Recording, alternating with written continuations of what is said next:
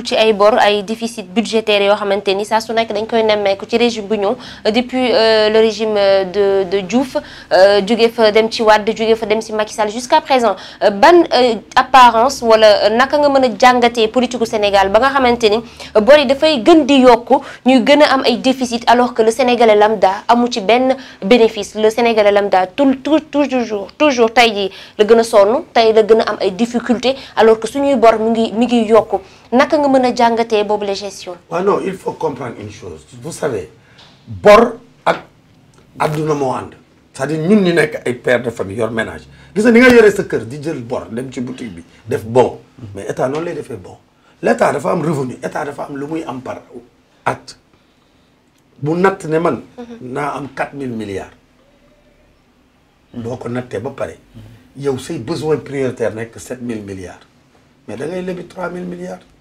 l'essentiel boo ko lebee na nga ko def fa nga ko war a def. Sénégalais gis ci seen bopp quand même. léegi def ko fa nga ko war a def mooy fan. kenn du leb di ko lekk. surtout kenn du leb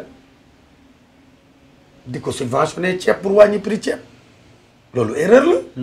boo lebee c'est pour nga construire des infrastructures yoo xam ne dina mën a pousser le pays vers l'industrialisation parce que industrialisation tamit du xëy suba am. fu amul courant munoo fa def industrie. fu amul tali munoo fa def industrie. fu amul les infrastructures de base munoo fa def industrie. donc il y a des préalables. des priorités. En économie.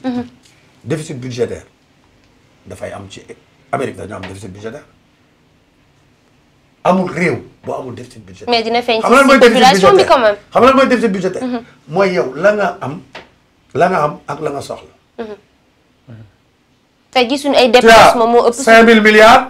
tu as besoin de 7000 milliards. le déficit budgétaire c'est 2000 milliards. fu muy waxee xëj na. mooy ci wàllub impact bi. waaw loolu nag en économie. oui impact bi nga xamante ne xaalis bi war na ko am. effectivement parce que surfacturation tam bari na ci yenn yi ba rapport yi dikk également. donc lépp moom. dafa nekk instrument de politique économique c'est-à-dire waaye économie yi. ñetti façon financement la ñu am. mooy financement par emprunt mooy lépp.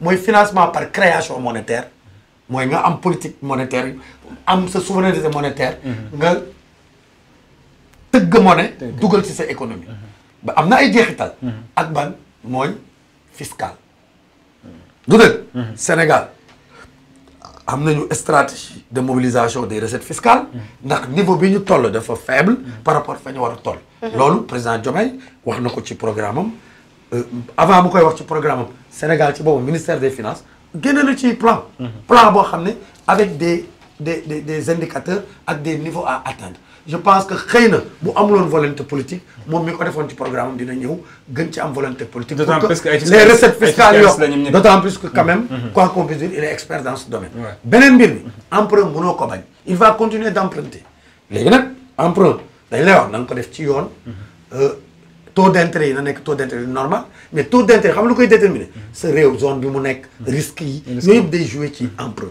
léegi nag boo jotee emprunt bi nag effectivement caaxaan la ñu koy détourner caaxaan la ñu koy dugal ci surfacturation parce que mënoo leb pour xettali sa askan ñu jël xaalis bi ay nit aaki moo ko loolu je pense que on a des corps de contrôle yoo xam ne ñu ngi def liggéey bu mucc ay Cour des comptes ci la nekk chaque jour inspection générale d'État il travaille juste pour le président. sauf que mais la Cour des comptes travaille pour les populations. parfois aussi yenn rapports yi dañ siy teg ay conc. waaw xam nga nag loolu. ak ñi si doon teg ay conc tamitam. xam nga loolu président Macky Sall wax na ko. je pense que président Diomaye bu mu ñëwee nee na day déclassifier léegi mais on applaudit président Macky Sall dama mës a défendre ne bi mu koy wax c'est le cas de Sidili Wade moo taxoon mu wax ko parce que quoi qu'on puisse dire. bi ñu jàppee Karim ci enrichissement illicite moi j'étais pas d'accord sur l'enrichissement illicite la manière dont ni ñu ko toppee laa wax d'accord uma ci woon. L'inversion de la charge des preuves. et beaucoup de choses qui ne respectent pas les normes c'était plus de l'acharnement je l'ai défendu partout ñëpp dégg nañ ma mu ngi fi ci vidéo yi mosuma ci ànd parce que dama jàpp ne Abdoulaye Wade sax mérité wul woon loolu benn ñaar bu ñuy topp nit da nga koy auditer nga gis ko mu sàcc xaalis nga jàpp ko wala nga def enrichissement illicite en tant que loi baax na mais la cour sur l'enrichissement illicite ni mu doon doxee moo baaxul parce que bu la bëggee jàpp ku la bëgg fexeel kàmbal la dina la jàpp bu ko politique la lee mu jàpp la donc Karim Wade ñëpp gis nañu ne dañu ñëw ne ko yaa moom tant de milliards prouvé ko loolu kenn mus ko gis ensuite amul droit def appel donc yooyu ànduñu ci donc bi mu waree jàpp Sindiély ci mbiru FESMAC bi xëy na sénégalais yi boobu seen xol jeex na Wade nag sénégalais dañu ko bëgg man mi ci laa bokk on avait dit mais quand même basta peut-être benn moment mu xam ne am ci rusukaay mu ne maa ci teg kudd mais bu fekkee ne. mais est-ce que état d'âme aussi est-ce que état d'âme am na war na warul am mais nous sommes des humains. waaw ñu sommes j'ai dit nous sommes des humains yërëm réew ndax état d'âme war na ci am. warul am nous sommes des humains mais nag sëñ bi. munoo fexe ba duñu nekk nit. président du yàlla doomu aadama la yàpp la ak ndox dafa am ay kilifa réew mi dafa am ay kilifa président dañ koy ñaan man mii di directeur ah damay jël ay décision ay nit ñëw dugg sama bureau ñaan ma. mais si loolu moom mën nga maye mais alors askan wi est-ce que mën nga si maye waxuma nga maye ci dama bëgg a wax ne dama expliquer contexte su Ablaye Wade contexte boobu laa wax mais quant à nga teg sa kudd ci ay dossiers parce que tu nommes des gens ñu am privilège nekk des ministres nekk ay directeurs de kudd ñu am benn nu ma koy waxee pas ñàkk jom bugguma utiliser ce terme mais ñu am benn matadi ñàkk farlu matadi ah ba jël alalu askan bi lekk ko mais ñooñu dañu mérité nga jël seen rapport nga transmettre ko à qui de droit ñu def seen liggéey bu fekk ne réellement c'est avéré li yoon wax ñu dal seen kaw si c'est pas avéré ñun ñoom moom seen bopp donc loolu dama ne président bu deful loolu def nga parjure et je pense que réforme yi ñuy dugal dañu war a def ne président bu defee parjure yu mel noonu jël dossier teg ci kuddam ba ñu jàpp ko génnee dossier yi gis ne kii Djibi Beye la dañ ko jàpp ci dossier président moo si teg kuddam ñu topp ko pour haute trahison man je pense que. yooyu c'est important de le faire parce que l'argent public est sacré. oui monsieur Beye dafa mel ni yow rapport yi dafa mel ni yëngalu la de. ah déet lan la may yëngalee je suis pas impliqué dans ces trucs là moi je suis un agent de l'État man du tey laa juddu. je suis pas un politicien je vis pas de la politique je suis un agent de l'État j'ai fait 20 ans dans le système de santé j'ai combattu la corruption dans le système de santé ça m'a valu d'être très en retard dans les nominations.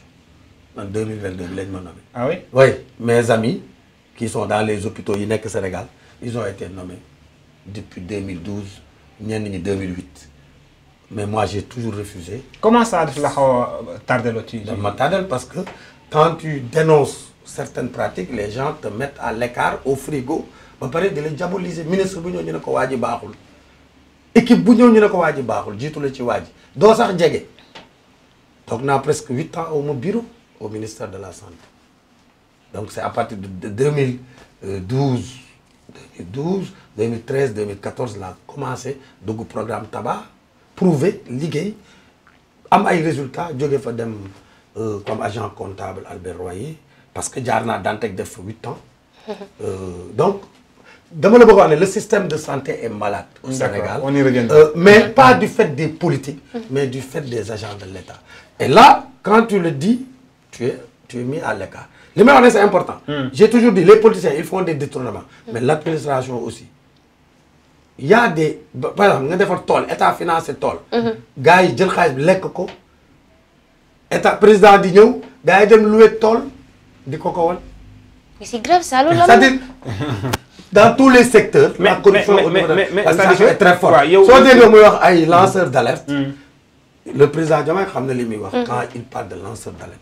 parce que il nous est arrivé de dénoncer et d'être mis au frigo et d'être écrasé maintenant boo defee lanceur d'alerte protéger ko xëy na kooku du ragal par contre ce qu'il faut éviter là où je ne suis pas d'accord c'est que booy protéger lanceur d'alerte mais aussi protéger l'autre citoyen sénégalais bi nga xam ne un lanceur d'alerte mën na def abus mensongère teg tuuma ci kaw donc je pense que il faut tout un équilibre pour pouvoir ne pas créer des gens aussi qui jettent d'autres Sénégalais en pâture ba nga xam ne nit mën na jël fetal wala nit fekk nit door ko jaas pour jeexal foofu justement c'est-à-dire que yow da nga nekk un homme politique mais dafa am benn gis-gis bi nga xamante ne xëy na askanu Sénégal am na bët yu ñuy xoolee ñi nekk ci langue kujje gi ba sax na sax ñu bëri ñu naan léegi dañu war a teg de côté le politique ñu jox yëf yi ñenn ñi nga xamante ne seen loxo laalu ci mais bu fekkente ne tey yaa ngi tenir certains propos là nga naan ma des hommes de l'administration ñooy def yenn tooxi doona yi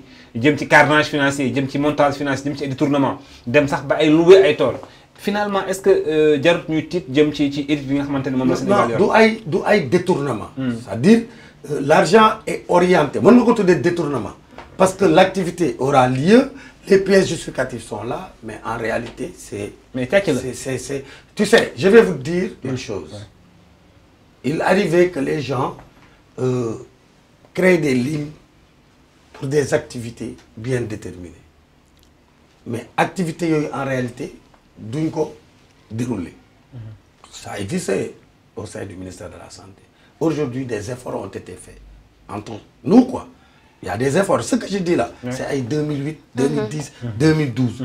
dañu doon dama ñëw benn direction fekk leen ñuy xuloo ci budget ma ne waaw xanaa du benn objectif benn direction benn objectif pourquoi division bu nekk bëgg am activité après j'ai compris que les activités là c'est pas des activités réellement que les gens vont dérouler mais c'est des activités des fois qui allaient dans le port et les agents dont ils concernés soo demee ñu ngi am xale yu ndaw ay kër Almadies di dawal ay oto yu rafet donc je veux dire juste mais l'État du Sénégal a beaucoup progressé en matière de contrôle honnêtement ça aussi il faut le dire il faut le dire la Cour des comptes fait des rapports chaque année et il publie ses rapports maintenant ce qu'il faut faire mooy que Cour des comptes bu publier rapport am na am capacité suivi procureur di autosaisir parce que le procureur ne peut pas s'autosaisir mais le Sénégal est à jour dans le cadre de la loi de règlement loi de règlement Cour des comptes moo koy def en rapport avec l'Assemblée nationale Assemblée moo koy voté donc yooyu yëpp am na on a des instruments aujourd'hui nous sommes dans la gestion axée sur les résultats donc ma jox le cas au Covid bi